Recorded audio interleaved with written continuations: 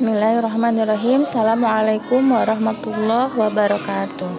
Ya, alhamdulillah hari ini kita masih diberi kesempatan untuk kembali belajar tematis IPA. Nah, hari ini kita akan belajar tentang ciri-ciri khusus makhluk hidup. Di sini kita akan melihat bagaimana Allah menciptakan makhluk hidup ini dengan begitu sangat sempurna, ketika hidup di air, ketika hidup di darat yang gersang. Allah sudah memberikan kelebihan masing-masing supaya mereka bisa bertahan hidup. Masya Allah, gitu ya. Nah, kita akan mempelajari selanjutnya apa saja ya ciri-ciri khusus yang dimiliki hewan dan tumbuhan di lingkungan hidupnya. Yang pertama yang akan kita pelajari adalah bunglon. Bunglon ini ciri khususnya mungkin antum juga tahu, mengubah warna kulit sesuai dengan kondisi lingkungannya. Ketika dia di tanah yang warnanya coklat, dia akan berubah menjadi coklat. Ketika dia hinggap di daun yang warnanya hijau, maka akan mengubah warnanya menjadi hijau. Itu namanya kamuflase. Ada juga mimikri, makhluk hidup yang meniru bentuk fisik atau perilaku jenis makhluk hidup yang lainnya. Fungsinya untuk apa? Menyembunyikan diri dari pemangsa supaya terlihat lebih buas sehingga yang lain akan menjauh pemangsanya gitu. Jadi akan menghindari pemangsa. Jadi gitu kalau kamuflase pada bunglon, mimikri itu pada kupu-kupu. Ada juga bebek. Nah, kalau kita lihat kan bebek kira-kira apa ya yang menjadi ciri khususnya? Nah, ternyata banyak nih pada bebek ini. Yang pertama ada paruh. Paruh pipih dan melebar, memudahkan dalam mencari makanan di air dan lumpur. Kalau kita lihat ya, kalau bebek itu kan suka makanan yang yang daerah becek-becek gitu ya, kotor. Nah, itu ada paruh yang memang bisa mencari makanan.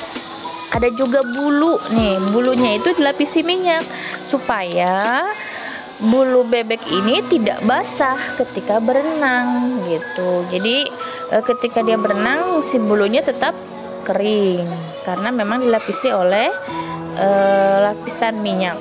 Yang ketiga, kaki berselaput, memudahkan saat berenang. Jadi dia itu bisa berenang karena kakinya berselaput. Makanya kalau kita lihat ketika misalnya orang diving menggunakan kaki kalau dikenali dengan kaki katak. Kenapa? Karena memang tadi sama seperti ini, berselaput gitu.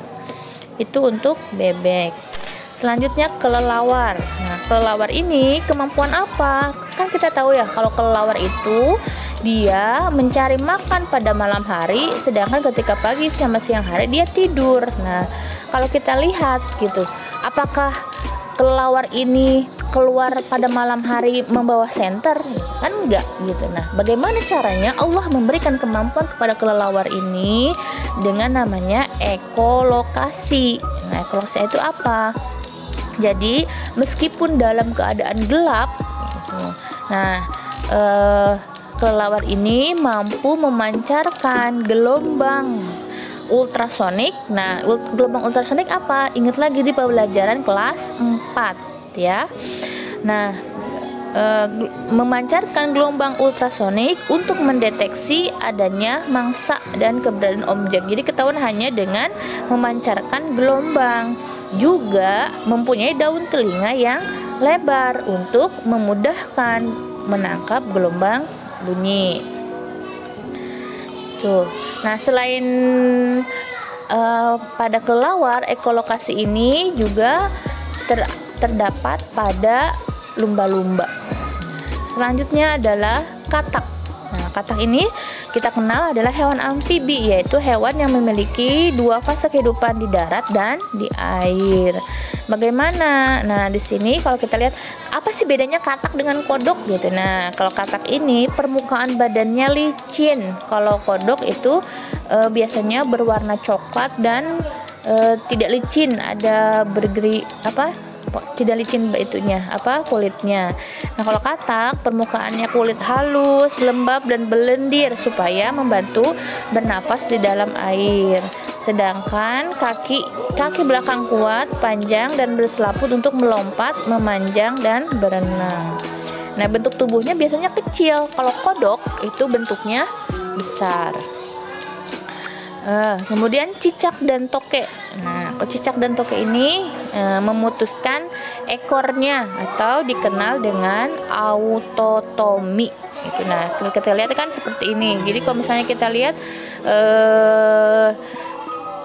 cicak ini nanti memutuskan ekornya, kemudian dia pergi. Ketika yang tertinggal adalah buntutnya yang masih gerak-gerak. Nah, pemangsa kira itu cicak, tapi padahal dia memutuskan ekornya. Nah, kalau pada toke juga sama kan, toke sama cicak ini. Toke dapat meraih dinding. Kenapa? Karena mempunyai lapisan perekat pada telapak kakinya. Kita lihat seperti itu ya gambarnya. Selanjutnya ciri khusus pada tumbuhan. Tadi untuk hewan, sekarang tumbuhan. Nah, tumbuhan ini kita lihat dulu.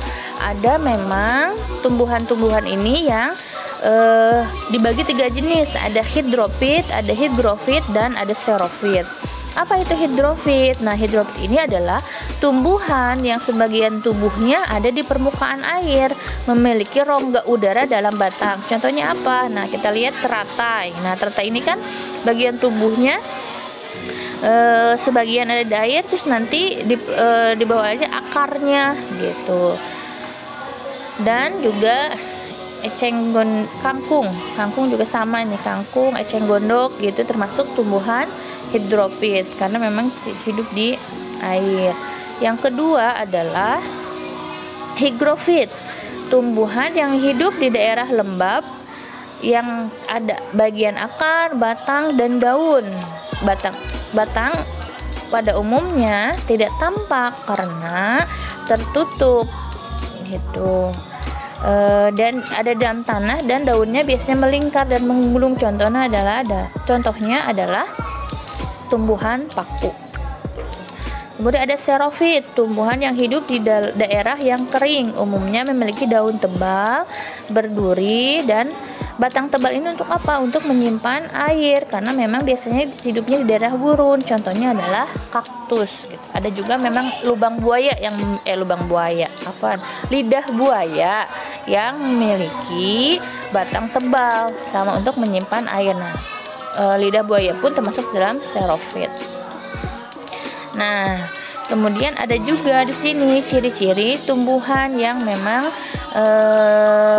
ciri khususnya. 1, kantong semar. Kenapa kantong semar? Karena memang seperti kantong gitu. Nah, di sini itu kantong semar ini termasuk ke dalam insektivor. Kenapa disebut insektivor? Karena meskipun dia tumbuhan, nah biasanya kan tumbuhan membuat makanannya sendiri kan dengan fotosintesis. Nah, untuk kantong semar ini mereka mendapatkan tambahan enzimnya dari serangga gitu. Jadi nanti karena biasa kantong semar dan ada lagi nanti itu Venus flytrap, mereka itu kekurangan nitrogen. Nah, nitrogen ini mereka dapatkan dari kantong semar. Ada juga teratai. Nah, teratai ini tadi kita lihat ada daunnya lebar dan tipis. Kenapa? Supaya mempercepat penguapan. Kan di sini lihat kan daunnya itu ada di dalam air. Tadi teratai ini termasuk ke dalam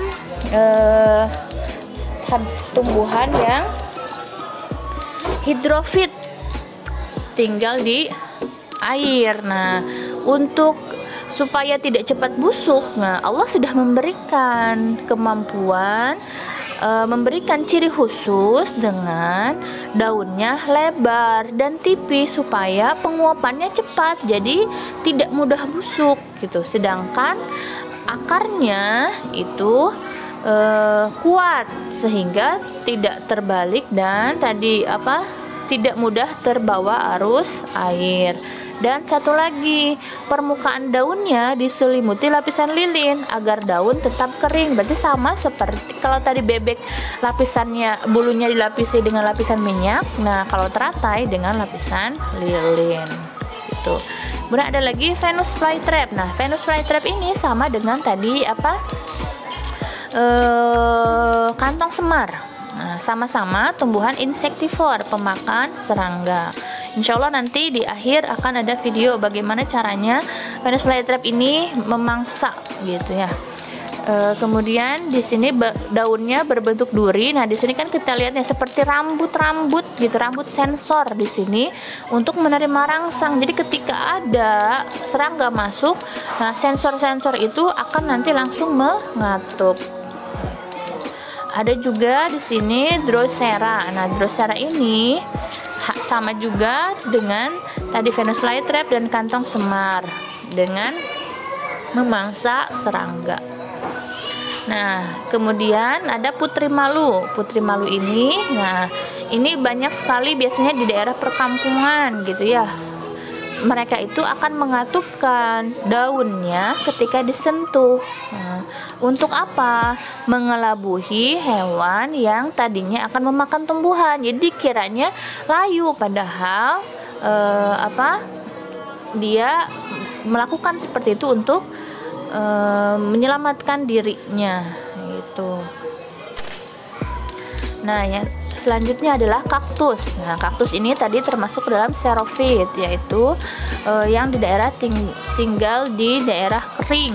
Nah, di sini ada batangnya tebal untuk menyimpan air, daunnya berbentuk duri. Untuk apa? Supaya hewan herbivore yang akan memakannya itu tidak jadi. Kemudian untuk mengurangi penguapan pada siang hari. Nah, kalau tadi teratai daunnya lebar dan tipis untuk mempercepat, justru kalau untuk kaktus karena dia tinggal di daerah yang kering mengurangi penguapannya dengan daunnya berbentuk duri. Kemudian akarnya yang panjang. Kenapa? Karena dia akan mencari air.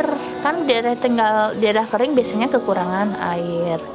Nah, itu berbagai macam ciri khusus makhluk hidup gitu. Nah, di sini ketika dengan berbagai macam hewan dan tumbuhan dengan ciri khususnya, itu semua bisa dimanfaatkan oleh manusia gitu ya.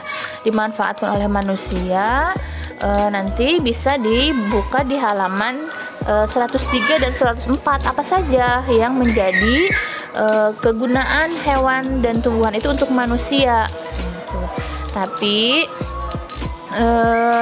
di sini Allah pun sudah mengisyaratkan kepada kita, memberitahu kepada kita bahwa memang Allah menurunkan tumbuhan, hewan itu bisa dimanfaatkan oleh manusia. Di sini di surat An-Nahl ayat 80, Allah menjadikan bagimu rumahmu sebagai tempat tinggal, dan Dia menjadikan bagi kamu rumah-rumah dari kulit binatang ternak yang kamu merasa ringan membawanya di waktu kamu berjalan, waktu kamu bermukim, dan dijadikannya pula dari bulu domba, bulu unta, bulu kambing, alat-alat rumah tangga dan perhiasan yang bisa kamu pakai. Nah, itu artinya dari bulu domba, dari bulu unta, dari kambing itu bisa dimanfaatkan oleh kita. Dan di surat Yasin ayat 71 sampai 73 di sini juga dijelaskan, dan kami tundukkan binatang-binatang itu untuk mereka, maka sebagiannya menjadi tunggangan atau alat transportasi dan sebagiannya mereka makan. Nah, kan sebagai bahan pangan, sebagai yang bisa kita makan. Nah, ini jadi memang Allah sudah menyediakan. Nah, yang terpenting adalah yang harus kita perhatikan, meskipun Allah sudah memberikan kita boleh memakan tumbuhan, boleh memakan hewan, ada juga beberapa yang memang diharamkan untuk kita makan, dan itu harus kita pahami gitu ya. Di Al-Quran juga ada yang diharamkan apa, maka kita tidak boleh gitu ya, tidak boleh melakukan hal itu. Itu nanti dibaca lagi apa saja manfaat hewan dan tumbuhan di halaman 103 dan 104, masih di tema 2 gitu. Kemudian dikerjakan halaman 21, halaman 73 dan halaman 104. Ya, itu saja dari Ibu, mudah-mudahan bisa dipahami. Assalamualaikum warahmatullahi wabarakatuh.